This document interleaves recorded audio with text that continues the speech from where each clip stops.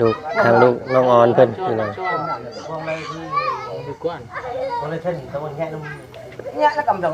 ผมคิดไว้ว่าโบกับก็อยากให้น้องเพิ่นเว้าหั่นนะเนาะอยากให้ถามความสมัครใจของน้องนั่นแหละเนาะ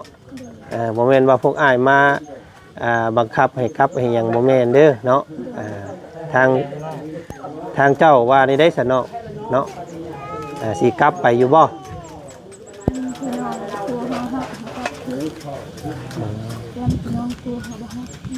อ๋อแบบเพิ่นมาเนี่ยเพิ่นล้มกันเรื่องนั้นบ่เรื่องบ่สิรับเจ้าคืนบ่หรือว่าบ่รับสิเนาะเพราะว่าเจ้าหนีออกมาเด้เนาะหนีก็มันบ่ได้มีความผิดได้ตัวนี้เนาะเพราะว่าเราหนีด้วยความแบบญาติเนาะเพื่อความปลอดภัยของตัวเราเราเจ็บเราเป็นหันไปอย่าปิดช็อตคำเราทำซีเอาโทษเราแบบนี้บ่ถือได้ทางผู้ชายนี่ทีเนาะนอนเนาะหมอน้อยนะครับเข็ดไม่ได้ค่ะถูกแพ้วิสนาเขาเนี่ยถูก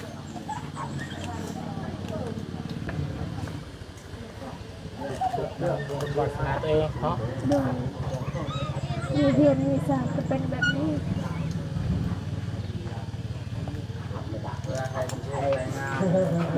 เขาดีใจเลยตัวเขาเป็น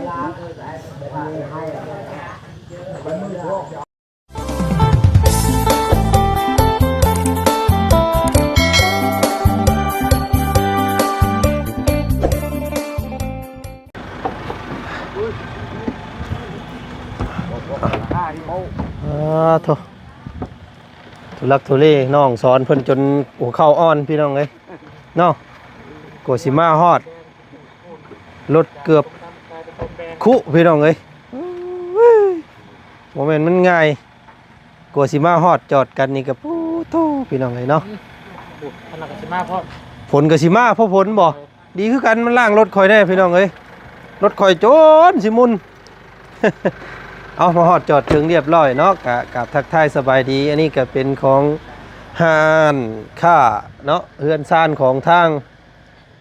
น้าสาวพี่น้องเอ้ยเนาะอันนี้หมากกาแฟแล้วพี่น้องเอ้ยเนาะก็ตากแห้งอยู่โธ่เอา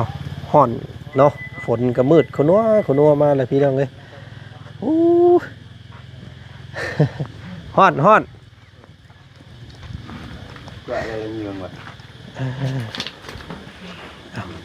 ใส่ทางน้องอ่อนเพิ่นเนาะบ่าวสอนเป็นนี่ไดเมื่อยบ่ ตนรถลงรถเนาะโอ้โตพี่น้องเอ้ยนี่ทางน้องอ่อนเพิ่นทางนั้นเนาะเอาพี่น้องเอ้ยมาทักมาทายน้องเพิ่นก่อนลูกเพิ่นก็นอนคือเก่ามื้อนี้สบายดีเนาะเสื้อตัวเก่าคือเก่าพี่น้องเอ้ยสีแดงแพงใจคือเก่าใช้จะลูกไปใส่เบิดแล้วไปเล่นระวังรถระวังรางเลยเด้อเนาะอยู่ทางนั่นซับอยู่ใกล้ทางซับพี่น้องเอ้ย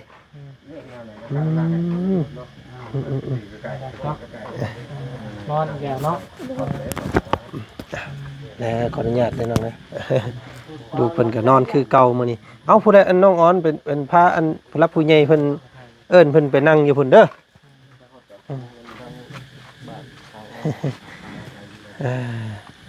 ทางซ้อมเมื่อป่ะยังบ่กินข้าวอ่ะกินรถป่ะปั่นข้าวเกือบคาคอเราก็ได้กินนี่เนาะได้นั่งก็นั่งอยู่ข้างบนนั่งเทิงนั่งผู้นั่งนั่นผู้นั่งแล้วกันเนาะเร่งกันทายเกี่ยวเอาบนข้างกินเนาะทางญาติทางเฒ่าแก่เพิ่นก็ไปหาฮักกันหน่อไม้หน่อตอกแล้วพี่น้องเอ้ยมายังบาดนี่มาเฮ็ดที่ที่คลองเพิ่นนี่แหละตำบึง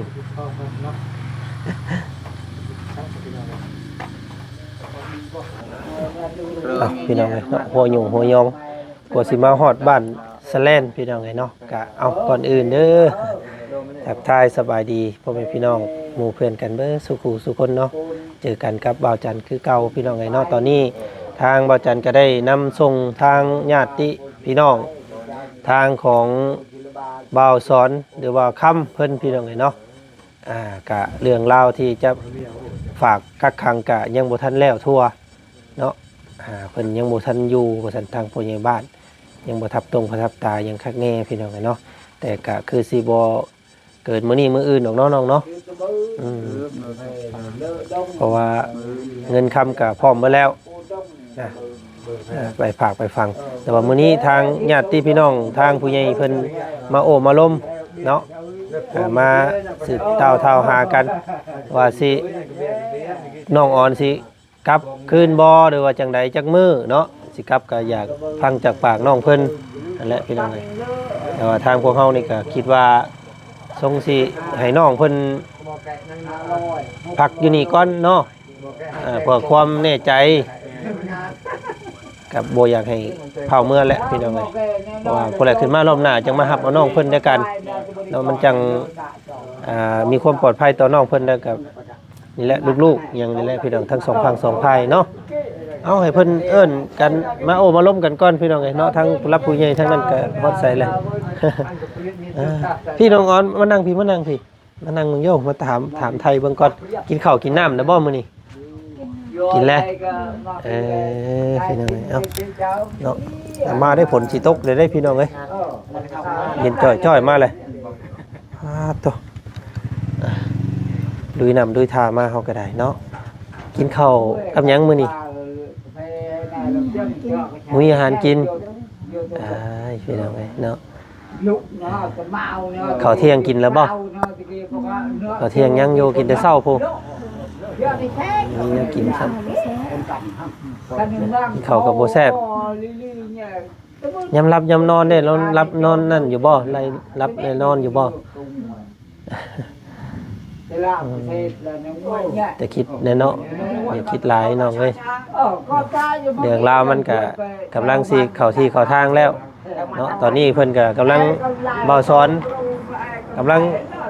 ไปมอบเงินเนาะได้ฝากให้ทางตำรวจเพิ่น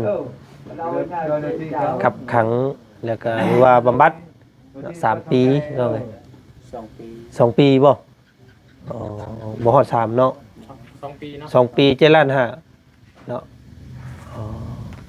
2 ปีก็ถือว่าห่วยเนาะพี่น้องเกือบลืมเติบพุ่นแหละ2 ปีถ้าว่าแนวยาอย่างเงี้ยยังก็เกือบจะยาพุ่นแล้วเนาะ2 ปีพวกพี่น้องเอ้ยสบายดีเด้อ โดยเอาสบายดีเนาะสบายดีพวกพี่น้องวัดสุขสุขคน อยู่กันเบิดมื้อและมื้อนี้ตั้งแต่เช้า เนาะ ทางเรื่องน้องหอน แม่นตื่นปุ๊บขึ้นมาก็เข้าเรื่องกันเลยเมื่อเช้านี้ก็ได้เนาะจนเดินทางมาเมื่อกี้นี่ก็ทุลักทุเลพี่น้องเอ้ยเจ้าเล่นรถข่อยตกใจเวิดนี่คือหลับแบบนั้น นี่ไดโอ้มันบืนมันเปิดทางหน้าบัดกะมังกับอันรถใหญ่บาดนี่เอ็ดว่ะ ไหลโวยนี่นี่ว่ะ เป็นหยังเนาะ โอเคเนาะอัน chưa như tựa bên này chưa เอาให้ผู้รับผู้ใหญ่เพิ่นอันมาเว้ากัน มาคุยกันบอกกันเพราะว่าคือว่าแล้วมื้อนี้ก็คันว่านั่นก็บ่จำเป็นบ่อยากให้พ่อเมื่อก่อนก็ได้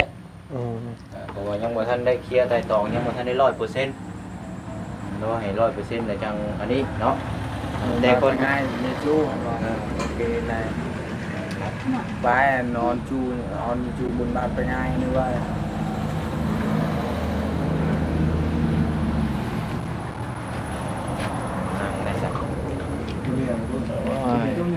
เดี๋ยวทำเดี๋ยวไปแจ้งทางน้องอ่อนเพิ่มได้ก็ได้เนาะล่าสุดเมื่อวานนี่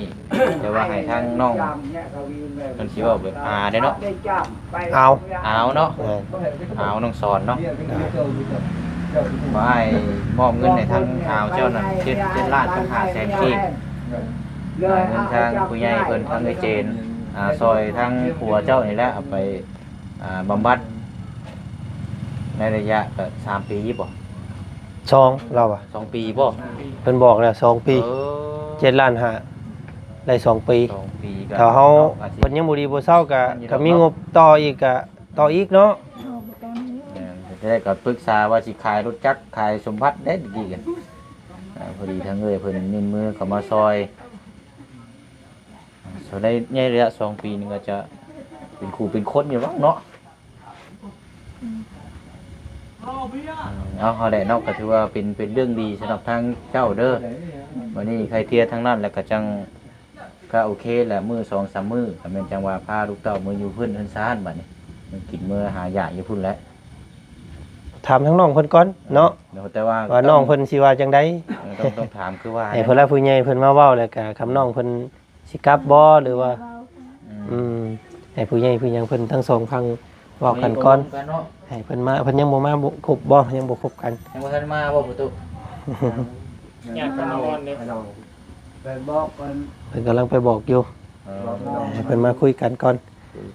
คำสิกลับก็กลับคำบ่กลับก็บอกเนาะแล้วแต่ทาง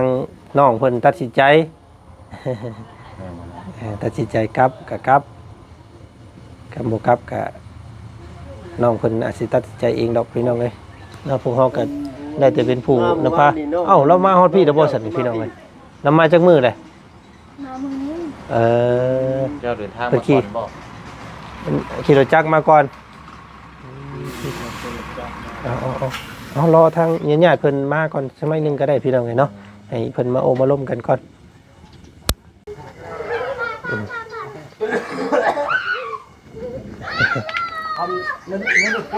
ดูทางลูกน้องออนเพิ่นพี่น้อง ดูก่อน nhá nó cầm tầm nà là một ngon cho nó lọc กำลังโอล้มคุยกันบาดนี้พี่น้องเอ้ยเนาะ có cái dầu hay gì ba cái xe lên nữa có anh phải đặt đó con dầu hay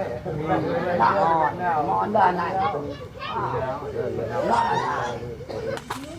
cái này mai ngon นั่งเลี้ยงกันนั่งเลี้ยงกันนี่ กูลูกหลานตะกูนอนได้ มาคบกันเบิดได้ลูกเรา4 คน ตู้ เนาะ ก่อน นางคอนนางพรนางบรรทอง ผู้น้อยนั่นทองดี ของดีหลายคนก็อยากว่าให้เปลี่ยนชื่ออยู่ แม่น จากเข้าดีเป็นน้องวันดีบ่เนาะ วันดีคือสิม่วนกลัวว่าซั่นเนาะตัววันใหม่บ่ สิเปลี่ยนอยู่บ่สิเปลี่ยนชื่อลูกอยู่บ่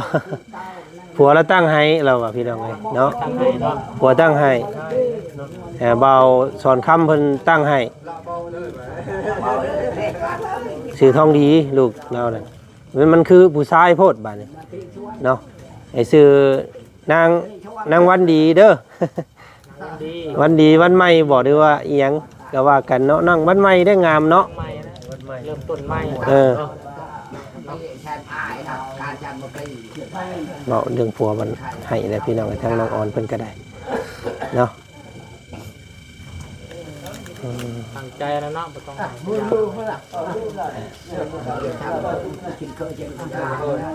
นอนกับบ่รับเรากลางคืนมา นั่งดีลูกหลานนั่งดีงาม นั่ง งามลูกหลาน นั่งดีๆนั่งดี นอนนั่งดี ๆโอ้ยแต่ครูหลายคนก็เคารพน้ำใจของน้องออนเพิ่นอยู่ว่าซั่นเนาะถึงเราจะพบจะหนีจะฮุบจะหอบก็เราบ่ทิ่มลูกทิ่มเต้าเราว่าซั่นพี่น้องเอ้ยก็ถือว่าน้องเพิ่นก็มีความรับผิดชอบต่อลูกต่อเต้าเนาะลูก4 คนพี่น้องเอ้ยอยากสลอนเสล่นอยู่บ่ฮู้หยังเนาะ ไปทางพ่อบ่เลย ไปทั้งพ่อบ่เลยลูกแต่ละคน หมอผู้ใหญ่นี่ยังคือไปคำสอนได้ยังยัง น้องคอนน้องพรน้องวันทอง แล้วก็น้องวันใหม่ วันใหม่ คือแล้วบัดนี้ มันวันหลายเนาะ วันทอง เป็นชื่อซะเนาะ เป็นวันใหม่ ท้องดีนี่คือมันคือชื่อคือผู้ชายพวก คือผู้ชายโพดเอาวันใหม่เด้อบัดนี้เด้อซื้อเด้อ น้องวันใหม่ ตั้งซื้อใหม่ซะ ใหม่วันงามบ่ วันใหม่ มีแต่สิ่งดีๆงามเข้ามาเนาะ น้องคอนน้องพรน้องวันทองน้องวันใหม่โอเคเนาะมักอยู่บ่มักอยู่เนาะ เอาเป็นวันใหม่เนาะ ห้องชื่อแม่น้องวันใหม่นะ แม่น้องมันใหม่ซะน้องออนกับบ่ว่าซะบัดนี้เนาะ มันอ่อนแอโพด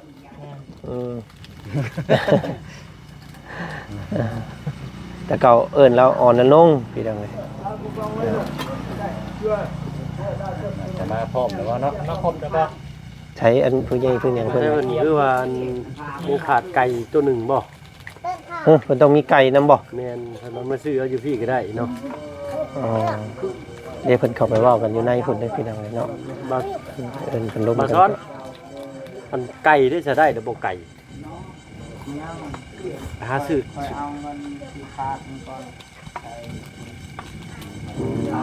ใส่เงินแทนเอา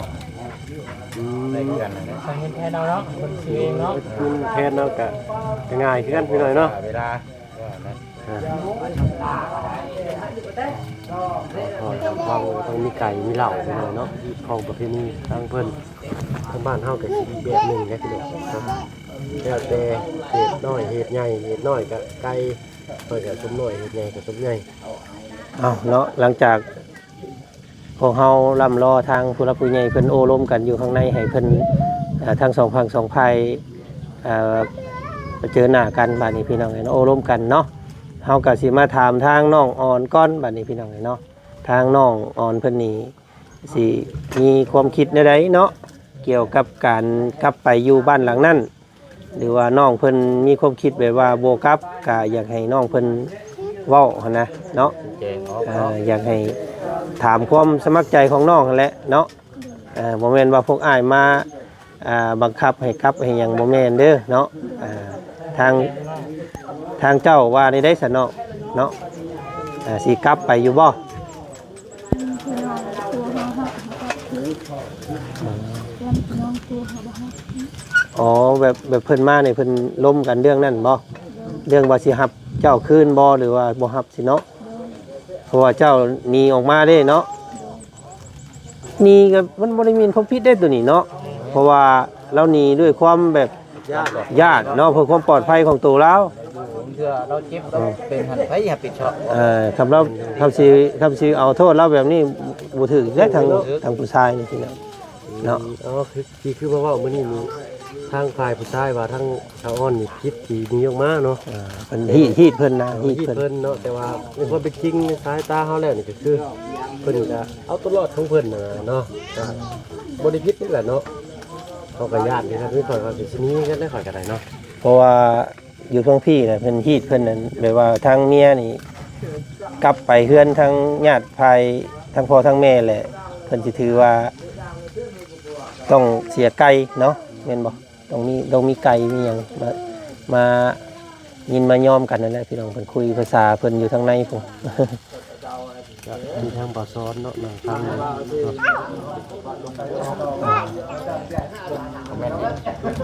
คำเพิ่นรับเอาคืนกับเจ้ากับสิเมื่อเนาะเพราะว่าผัวกับเพิ่นได้ไปเข้าบำบัดแล้วเนาะบ่ต้องย่านเด้อน้องเด้อคำว่าตั้งแต่น้องก็กลับเป็นจังไง มีวันนี้เดือดหัวพันแม่เมื่อเห็นเองช่วยกัน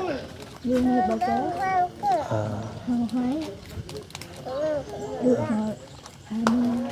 เฮาสิทอดสิกัน แล้วก็อยากจะออนนี่เนาะเรื่องที่มาเมื่อนั้นว่าทางคนในขายขนมขนางเองทางโบใหญ่ที่ในคนเคยซอยมาคนไทยคืนมาเด้อขนางหรือว่านี่จริงเพราะว่าทางพวกคนพวกน้องเฮ็ดไว้นะเป็นไงคนซอยเข้ามาแล้วเด้อจังเด้อคือขนางให้เจ้าหั่นแหละไทยมาคืนใส่นี่ให้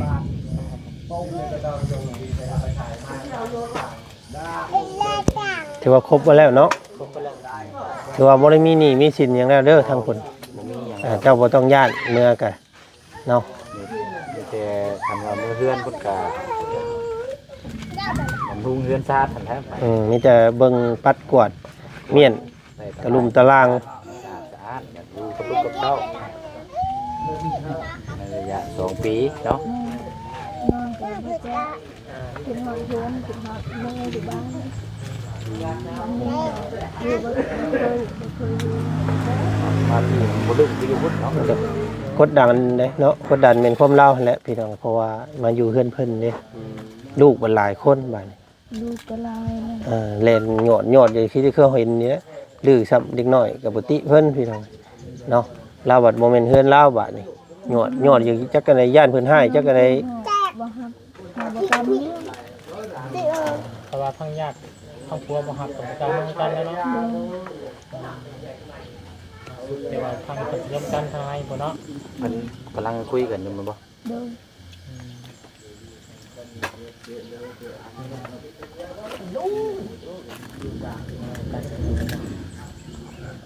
ทางน้องออนเพิ่นอีกทางคุณยายเพิ่นอีก เป็น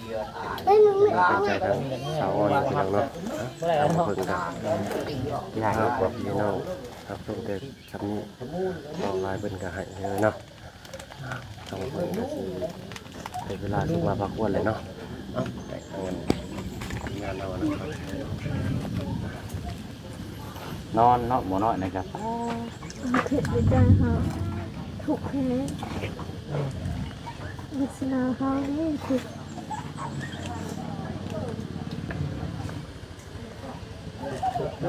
วาสนาตัวเองเนาะ โดยมีเรียนมีศาสตร์ก็เป็นแบบนี้ได้เห็นเขาดีใจเลยตัวเขาเป็นทุกข์บุญศาสนาเขาทุกข์นี่ อยากถามเนาะคุณยายอยากถามเนาะไปถามเพิ่นอยากเป็นผู้ชาย ตัวสาเหตุมัน ก็สาเหตุหยังตัวควรจะเป็นสาจะผิดนะ ย้อนลูก2 3คนนี่มันมีลูกผู้สาวเนี่ย รู้กันเนาะที่ว่า เลี้ยงไม่ได้ ทา เบ้าง สา รั ว กเนี่ยคนนะครับส่งมาตามที่ทางสื่อออนไล ใหญ่ น์ ชู ต้องเรื่องสาวแม่เราที่เราเป็นคน ใหญ่นี่นะ สิ่งที่เราเฮ็ดเอง บอก ที่เรา สิ่งเสพติด กล้าบ่ เสพยาเนาะ เงินสั้นที่เราว่าเราเป็นมีอย่างเราทำก่อนตาละคือเนาะ ดูมองใหญ่เยอะ ต้องเรากังวลเรื่องยา นั่นว่าเมื่ออยู่กับลูกมาคิดเรื่องผีเรื่องหยังก็ย่านไปเด้อเนาะบ่แม่นเด้อ เป็นการมาหน่อยร้านนั่งไว้เฮ็ดแม่นเนาะ ใหญ่เป็นชาวแล้วเป็น เจ้าบ่ได้ฮู้ว่าซั่นเนาะบ่ได้ฮู้ว่าผัวเจ้าดินตัวนี้บ่ได้ฮู้บ่ การทำอีก แล้วบ่ได้เฮ็ดให้หยังให้เจ้าเห็นบ่บ่เคยเห็นจักเทื่อเนาะเออ เนาะ มีแต่ทางน้องแล้วแนะเนาะบ่าวสอนเพิ่นแล้วบอกว่าแล้วดินตัวนั้นมันดินจะเป็นรถว่าซั่นพี่น้อง หาน้องบ่ตัวนี้หาน้องบ่หาน้องบ่กันต่อไปคนละมา เขาก็ว่าเพิ่นคุย เพิ่นท่าทั้งนี้อยู่เนาะพี่ทางนี่ก็เนาะทางน้องเพิ่นก็มาเองบ่มื้อนี้มากับไผ มากับเพื่อน โอเค บ่ได้ไปรับเอาเพิ่นเนาะเราว่าเราอยากมานำอยู่ดีแล้วมากับผัวคอยเมื่อได้เล่นลูกบ่ลูกชายลูกสาวบ่คือลูกชาย ไรเลยนะไรแก่ ล้มกันบ้าง ไหนแล้วđó น้องล่ะ qua cho มันคล้องน้องตะกุตะกุ liền trời liều lại được cái to đó nhưng mà xe cứ lên đi cái tao cứ con chú của anh cho của cô đi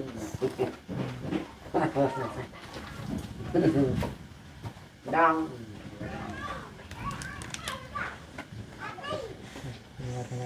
รอถ่ายดูบ่ ta tao đang là cái chiếc đang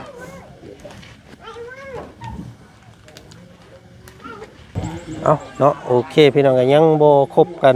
เพิ่นยังไปนํเอาญาติผู้ใหญ่ทางน้องอ่อนเพิ่นอีกผู้หนึงเนาะยังขาดบ่ได้ว่ายังเว้ายังบ่ได้ขาดผู้นี้เว้ายังบ่ได้ว่าเอาง่ายๆกับคลิปนี้พี่น้องเอ้ยเนาะก็มาฮอดจอดถึงทางบ้านของน้องอ่อนเรียบร้อยเด้อเนาะมาแล้วก็ทั้งน้ำหูน้ำตาน้องเพิ่นก็ได้พี่น้องเอ้ยเนาะเห็นญาติผู้ใหญ่มาแล้วก็ให้นี่เนาะถามเรื่องว่าสิกลับบ้านกลับซองบ่น้องเพิ่นตอบมาแบบเข้าใจง่ายๆเลยพี่น้องเอ้ยเนาะถ้าญาติพี่น้อง ผู้ใหญ่ทางผัวหับเอาคือเก่าเนาะเพิ่นก็สิกลับว่าซั่นพี่น้องเอ้ยเนาะเพราะว่าฮีตของทางพวกเพิ่นนี่ฮีตคองของพวกเพิ่นนี่คือผู้เป็นเมียเนาะถ้าได้ออกจากบ้านผู้เป็นผัวมาแล้วเนาะก็ถือว่าเป็นผู้ที่ผิดผีเนาะเพราะว่าเฮาเพิ่นแต่งเอาเฮาเมื่อเฮือนเมื่อหยังแหละเฮาหนีมาเฮือนแม่สินะพี่น้องเฮือนญาติสินะเนาะเพิ่นสิถือว่าประมาณว่าทางผู้หญิงนี่มีความผิดถ้าเพิ่นแบบว่าบ่รับเอาแล้วเจ้าเฮ็ดผิดผีเฮ็ดผิดแล้วบ่เอานี่ก็ถือว่าบ่ได้ครับว่าซั่นซะพี่น้องเอ้ยเนาะก็ถือว่าทางผู้หญิงเสียเปรียบตามเคยเนาะพี่น้องแต่ว่าคือมื้อนี้ก็คือทางผู้ใหญ่เพิ่นก็คือสิยินยอมอยู่หั่นแหละพี่น้องเอ้ยเนาะเพราะว่าเราก็อยากให้ลูกไผกลับเมื่อพุ่นคือกันพี่น้องเอ้ยเนาะจังได๋ก็ติดตามเบิ่งชมอีกคลิปหน้าแล้วกันเนาะคลิปนี้ยังบ่ได้ควมหยังพี่น้องยังเว้ายังบ่ได้เนาะเดี๋ยวคลิปหน้าทางบ่จันก็มีเข้าของเบื้องต้นเพราะว่าน้องออยเพิ่นนี่ค่อนข้างจะกดดันตัวนี้เนาะนอนก็บ่หลับพี่น้องเอ้ยเนาะจักอะไรญาติพี่น้องทั้งนี้ให้ญาติพี่น้องทั้งนี้ว่าเพราะว่าเรามาแต่โตพี่น้องบ่ได้มีหยังเนาะมาขอส้นขอเซาซื่อๆและที่นี่เราก็เกรงใจเนาะพี่น้องเนาะก็อยากเป็นไปได้ก็อยากกลับเมื่อพุ่นแล้วเราอ่ะพี่น้องเนาะลูกก็ขี้ลือป่านนี้แลนเซลซะอยู่แถวนี้ก็ญาติละบ่าวญาติละสาวให้ว่าซั่นซะเนาะกดดันนอนก็บ่หลับเราอ่ะพี่น้องเอ้ยเอาเนาะโอเคเดี๋ยวเฮามาพังมาเบิ่งกันต่ออีกคลิปหน้าคลิปนี้สบายดีพ่อพี่น้องขอบคุณที่ติดตามรับชมเด้อเนาะเจอกันใหม่สบายดีเนาะพี่น้องเบิดสุขุสุขคน